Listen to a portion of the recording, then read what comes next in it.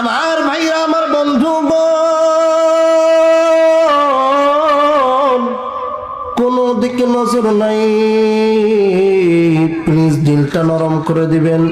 এ বাজান, আল্লাহ নবীর হাদিসের ভাষায় চতুর্পাশ দিয়ে কিন্তু রহমতের ফেরেশতারা আমাদের উপর রহমত নাজিল করতেছে, বলেন সুবহানাল্লাহ। এই জন্য কোনো দিকে নজর নাই, দিল বুঝাও। দিল সারা জীবন তুই গুনাহের কাজে লাগাইছস। দেখো আমার আল্লাহ কেমন গুনাহ করলে মাফ করতে পারে। আজকে আমি আপনি হয়ে গেছি গুনাহগার, কিন্তু আল্লাহর যতগুলো নাম আছে তার মধ্যে একটি নাম আছে গফফার। আমার আল্লাহ যদি চাই অন্য কোনো নাম না, এই গফফার নামের ওসিলা করিয়া আমার আপনার জিন্দগির তামাম গুনাহ মাফ করতে পারে কি পারে না? বলেন, আরো জোরে বলেন, পারে কি পারে না?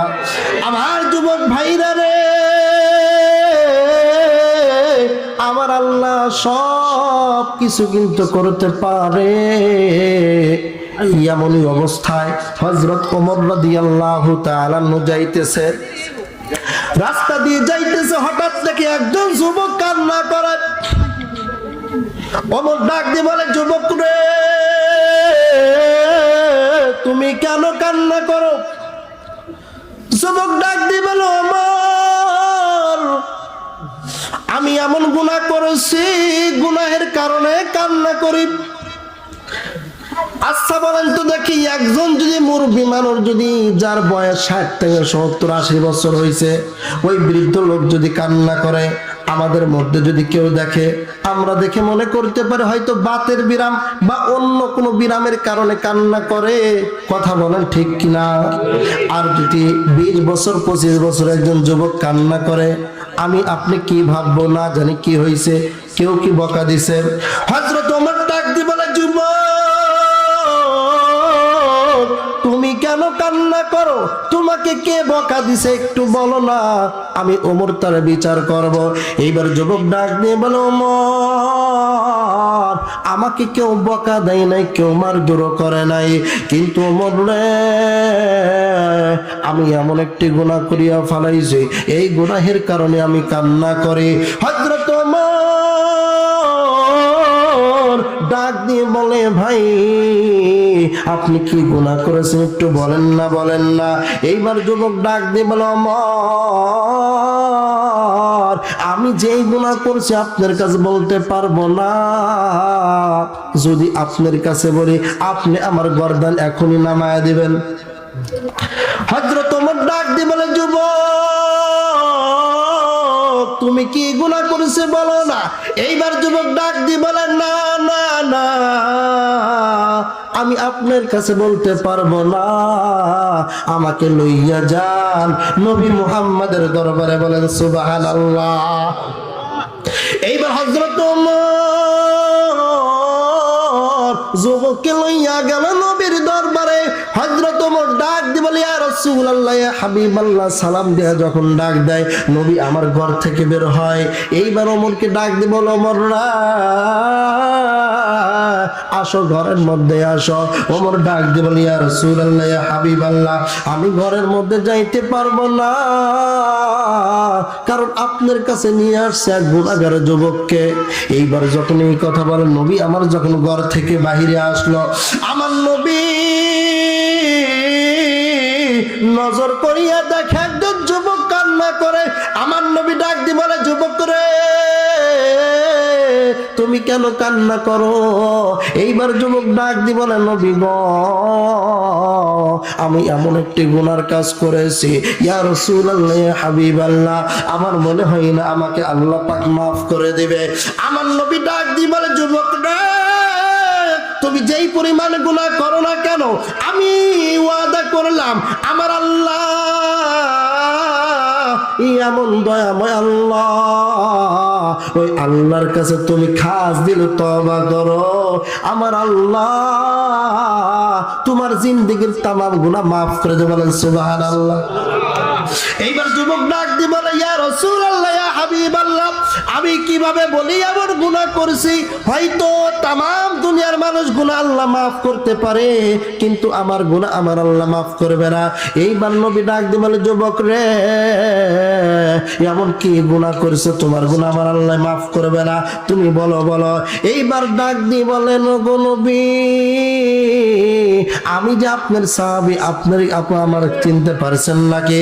এইবার নবীজি ডাক দিয়ে বলেন, হ্যাঁ, তোমার বাড়ি মদিনায়, তোমার নাম হইল আব্দুল্লাহ। বলেন সুবহানাল্লাহ। এইবার নবী ডাক দিয়ে বলে, আব্দুল্লাহ রে, তুমি যতই গুনাহ করো না কেন, আমার আল্লাহর দরবারে যদি তওবা করতে পারো, আমার আল্লাহ তোমার অবশ্যই মাফ করতে পারে। এইবার ডাক দিয়ে বলে, নবী গো, আপনি কি জানেন আমি কি গুনাহ করেছি? এই মক্কা মদিনায় যতগুলো মানুষ মারা যায়, ইয়া রাসূলুল্লাহ, ইয়া হাবিবাল্লাহ, যারা মারা যায় তাদের দিনের বেলায় আমি প্রত্যেকের জানাজায় উপস্থিত হই, কিন্তু রাত যখন গভীর হয়ে যায়, সবাই যখন ঘরের মধ্যে যা ঘুমায়, নবী গো, আমি কিন্তু ঘুমাই না। ওই গভীর রাত্রি গোরস্থানে একা একা যাইয়া মাটি খনন করিয়া বাঁশ উঠাইয়া যেই মরা লাশটা আছে, ওই লাশের উপরে যদি মুসলমান ভাইরা রে, যদি মহিলা হয় 5খানা কাপড়, আর যদি পুরুষ হয় 3খানা কাপড়। ও নবী, আপনি জানেন না, যদি পুরুষ হয় 3খানা কাপড়, আর যদি মহিলা হয় 5খানা কাপড়, ওই কাপড়গুলো আমি লইয়া মদিনার পুরাতন শহরে যাইয়া সেই কাপড়গুলো বিক্রি করি, আমি সেই কাফন চোর, আমার নাম আব্দুল্লাহ। বলেন সুবহানাল্লাহ। দেখেন, কাফন চুরি করছে, এরপরেও আল্লাহ রসুলের কাছে গিয়ে বলতেছে, ইয়া রাসূলুল্লাহ, আমি এমন গুনাহ করছি, আল্লাহ মনে হয় আমারে মাফ করবে না। বর্তমান সমাজে আমাদের মধ্যে এমন চোর আছে, চুরি করার পর এরপরে কয় আল্লাহর কিরে করছে, চুরি করে না, এরকম আছে কি নাই বলেন? হ্যাঁ, আমাদের পাবনার বাসায় কয় ধরা খাইছে, ধরা খাওয়ার পর আল্লাহর কিরে করছে, চুরি করেনি। ধরা খাওয়া কিন্তু বসে রয়েছে, ধরা খাওয়া বসে রয়েছে, এরকম আল্লাহর কিরে গাছ চুরি করেনি।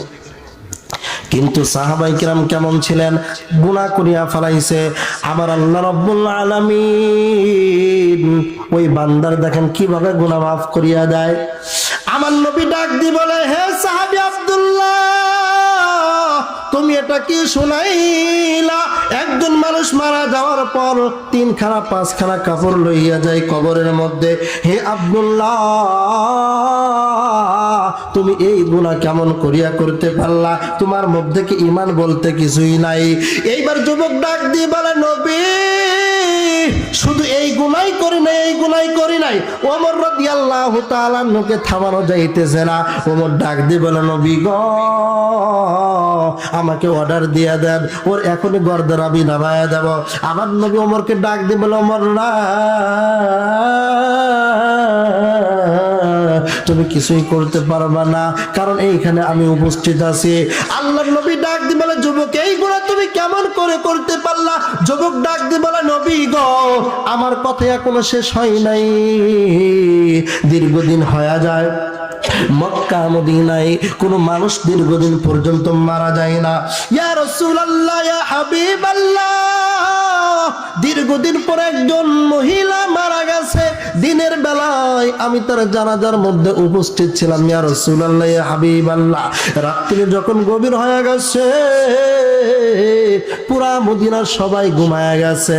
ইয়া রাসূলুল্লাহ, ইয়া হাবিবাল্লাহ, সবাই যখন ঘুমায় গেছে, রাত্রি গভীর হয়ে গেছে, আমি একা একাই কবরে চলে গেছি।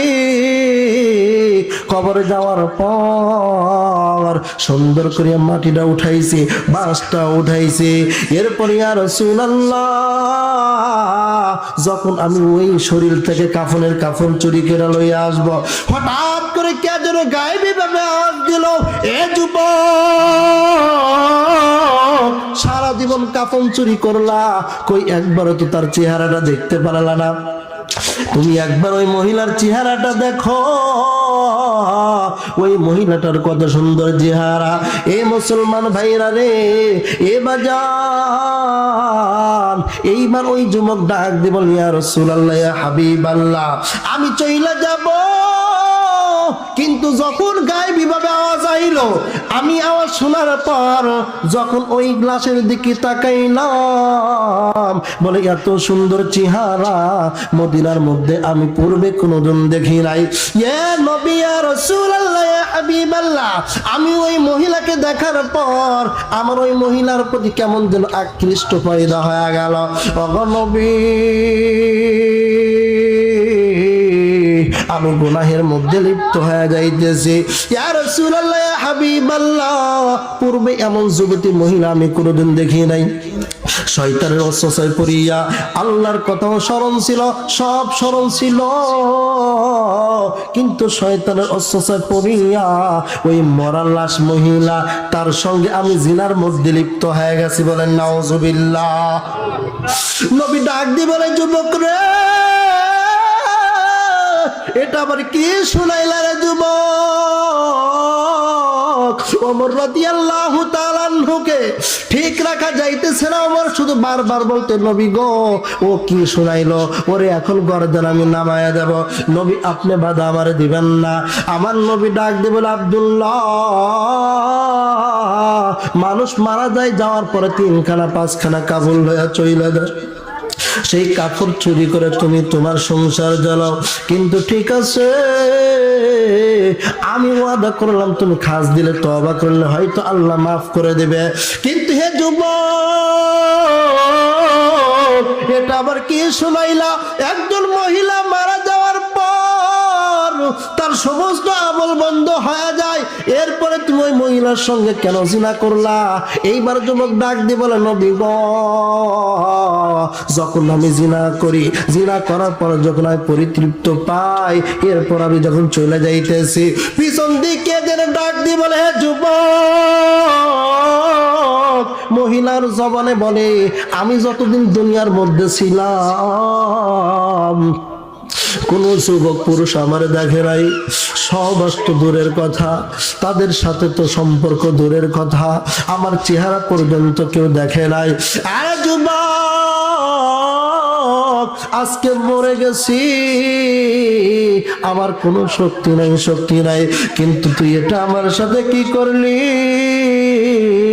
মনে রাখিস, মনে রাখিস, কাল কিয়ামতের ময়দানে আমি আল্লাহর দরবার নালিশ দেব, এই যুবক আমার মৃত্যু অবস্থায় আমার সাথে জিনা করেছিল। এ আল্লাহ, এই বান্দার তুমি শাস্তি দাও, শাস্তি দাও। নবী যখন এই কথা শুনতে পাইল, যুবক আব্দুল্লাহকে ডাক দিয়ে বল, আব্দুল্লাহ, তুমি আমার সামনে থেকে চইলা যাও, তুমি আমার কাছে থাকতে পারবে না, তুমি দূরে সইরা যাও। এইবার আব্দুল্লাহ ডাক দিয়ে বলে, নবী, কাল কিয়ামতের ময়দানে আদম আলাইহিস সালাম বলবেন, ইয়া রাব্বি, ইয়া রাব্বি, নূহ আলাইহিস সালাম বলবেন, ইয়া রাব্বি, ইয়া রাব্বি, ইব্রাহিম আলাইহিস সালাম বলবেন, ইয়া রাব্বি, ইয়া রাব্বি, মূসা আলাইহিস সালাম বলবেন, ইয়া রাব্বি, ইয়া রাব্বি, ঈসা আলাইহিস সালাম বলবেন, ইয়া রাব্বি, ইয়া রাব্বি। আপনি নবী মুহাম্মদ, শুধু আপনি নবী বলবেন, ইয়া উম্মতি, ইয়া উম্মতি। ওগো আল্লাহর নবী, আজকে আপনি যদি আমারে তাড়াইয়া দেন, আমি কার দরবারে যাব? ওগো নবী, আমারে তাড়াইয়া দিবেন না, আপনি আমার জন্য দোয়া চান। আপনি যদি আমার জন্য দোয়া করেন আল্লাহর দরবারে, আমি খাস দিলে তওবা করব, আল্লাহ হয়তো আমার মাফ করতে পারে। আব্দুল্লাহর ডাক দিয়ে বলে, হে আব্দুল্লাহ, তুমি এমন গুনাহ করছো, না না না, তোমার কোনো মাফ নাই, তুমি আমার দরবার থেকে চলে যাও। এ বাজান, আব্দুল্লাহ একটা দৌড় মাইরা ছইলা গেছে মদিনার পাহাড়ের দিকে, ছইলা গেছে। একদিন যাই, 2 দিন যাই, 3 দিন যাই, 4 দিন যাই, 5 দিন চলে যায়। এইরকম করতে করতে দীর্ঘ 40 দিন অতিবাহিত হয়ে যায়। পাহাড়ের মধ্যে কোনো খাবার দাবারের কোনো ব্যবস্থা নাই। আমার ভাইরা রে, দেখেন আমার আল্লাহ কেমন মাফ করনেওয়ালা। হযরত জিবরাইলকে ডাক দিয়ে বলে, জিবরাইল, যাও যাও যাও আমার নবীকে জানায়া দাও আপনার দরবারে যেই ব্যক্তি আসছিল, যেই সাহাবী আব্দুল্লাহ আসছিল, বলে এমন ভাবে আমার দরবারে তওবা করছে আমি আল্লাহ ওই আব্দুল্লাহর জিন্দেগীর সকল গুনাহ মাফ করে দিয়েছি। বলেন সুবহানাল্লাহ। এইবার জিবরাইল আসিয়া বলে নবী দীর্ঘ 40 দিন পূর্বে একজন যুবক আপনার দরবার আসছিল, কারণ আল্লাহ পাক বলেন লাস্তা আলাইহিম বিমুসাইতির, হে নবী আপনাকে আমি দারোগা হিসেবে পাঠাই নাই, কারণ সব গুনাহের ক্ষমা করার মালিককে বলেন। আরো জোরে বলেন কে? আমার আল্লাহ জিবরাইলকে ডাক দিয়ে বলে জিবরাইল যাও যাও যাও নবীর দরবারে চলিয়া যাও, নবীর দরবারে যাইবা তবে 3টা অপশন নিয়ে যাইবা। ইন্না ইল্লা ওয়াহা, অন্য সময় যখন নবীর দরবারে যাইতো ওহি লইয়া যাইতো, কিন্তু না না না আজ ওহি না, নবীর দরবারে যাইবা 3টা প্রশ্ন করবা নবীকে যাইয়া। 1 নম্বর প্রশ্ন করবা নবী আসমান জমিন বানাইছে কে? বলেন যদি বলে আমার আল্লাহ, এই আসমান জমিনের মধ্যে যতগুলো মাখলুক আছে সব কিছু রিজিক দাতা কে? বলেন সব দাতার রিজিক দাতা কে? বলেন সব কিছু রিজিক দাতা আমার আল্লাহ। 3 নম্বর অপশন হইল নবীকে জানায় দিবা জিবরাইল কোন ব্যক্তি যদি তার গুনাহের কারণে জাহান্নামে চইলা যায়, ওই ব্যক্তিকে জাহান্নাম থেকে জান্নাতে যদি আনে, এই ক্ষমতা বলেন কার থাকতে পারে? আরো জোরে বলেন কার থাকতে পারে? হযরত জিবরাইল নবীজির দরবারে আসিয়া বলতে ইয়া রাসূলুল্লাহ ইয়া হাবিবাল্লাহ আমি আপনার দরবারে আজকে আসছি কেন ওহী লইয়া না, 3টা অপশন লইয়া আসছি। আমার আল্লাহ